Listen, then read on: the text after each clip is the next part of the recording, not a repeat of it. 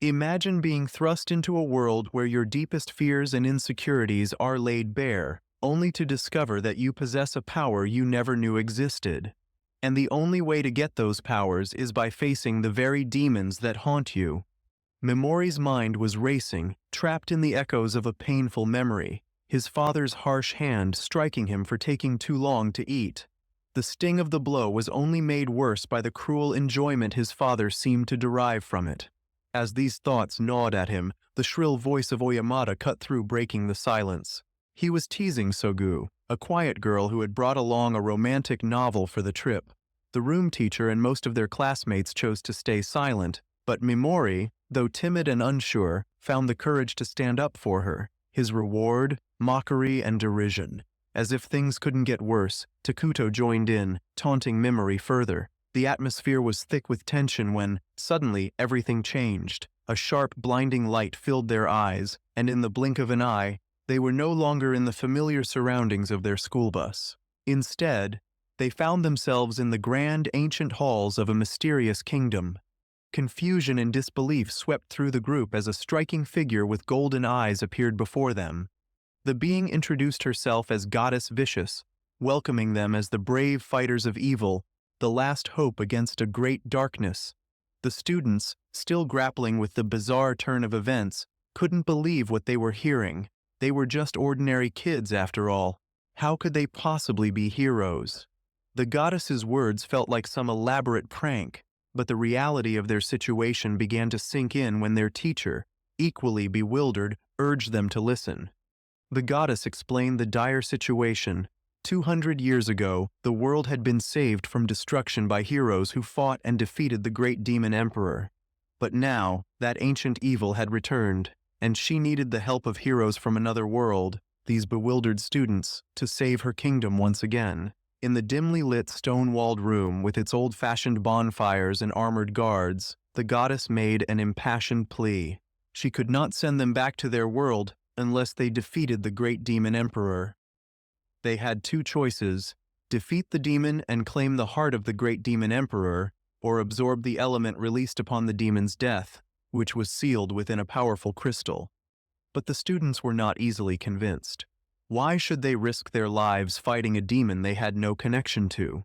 Sogu, speaking with a calm that belied her inner turmoil, voiced their collective doubts. How could they, mere humans, possibly help? The goddess, sensing their hesitation, revealed that each of them possessed unique powers, far beyond those of any normal human. To demonstrate, she summoned a terrifying demon wolf into the room, which immediately attacked a helpless woman. With a wave of her hand, the goddess unleashed a devastating fire that obliterated the beast. The students watched in stunned silence as the reality of their situation finally began to dawn on them. They were indeed in another world. One by one, the students were called forward to place their hands on a glowing orb, which revealed their hidden abilities. The orb glowed different colors depending on their potential, with Oyamata's touch igniting a brilliant red light, much to his delight. But the hall fell silent when Kirihara stepped forward. The orb shattered under the pressure of his immense power, and the goddess declared him to be an S rank, the highest among them. Oyamata, desperate to outshine his classmates, asked if he too had achieved the top rank, but the goddess confirmed he was merely an A rank. Sogu, to everyone's surprise, was also revealed to be an S rank.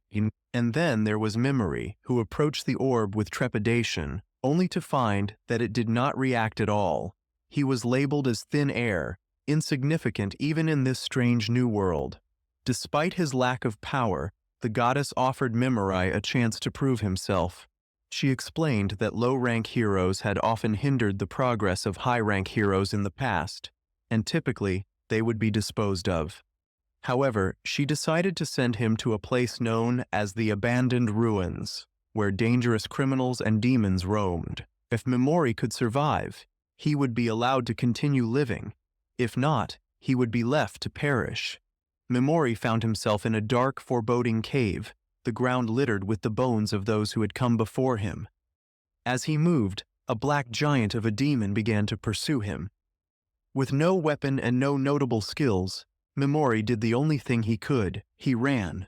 But then, in a moment of desperation, He unleashed his paralyzing skill on the demon. To his surprise, it worked. Encouraged, he used the same tactic on other demons, defeating them one by one. Days turned into nights, and Memori continued to fight for his life.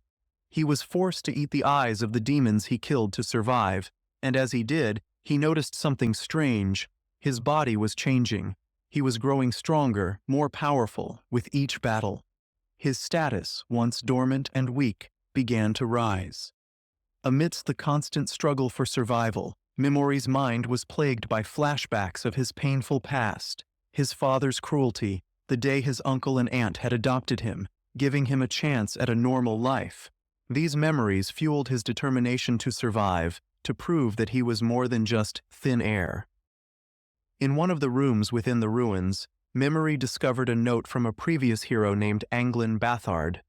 The note warned him about a creature known as the Soul Eater, a demon so powerful that it had destroyed everyone else in the ruins. Anglin's words revealed a darker truth. The goddess Vicious was not the benevolent being she appeared to be. She had sent heroes to their deaths before, and she would do so again. When Memori finally confronted the Soul Eater, he realized that brute strength alone would not be enough to defeat it. Instead, he used his cunning, playing on the demon's overconfidence. At the height of its attack, he paralyzed the Soul Eater, exploiting its moment of weakness to strike the final blow. As the creature fell, the souls of its previous victims appeared, congratulating Memori and praying for his continued success.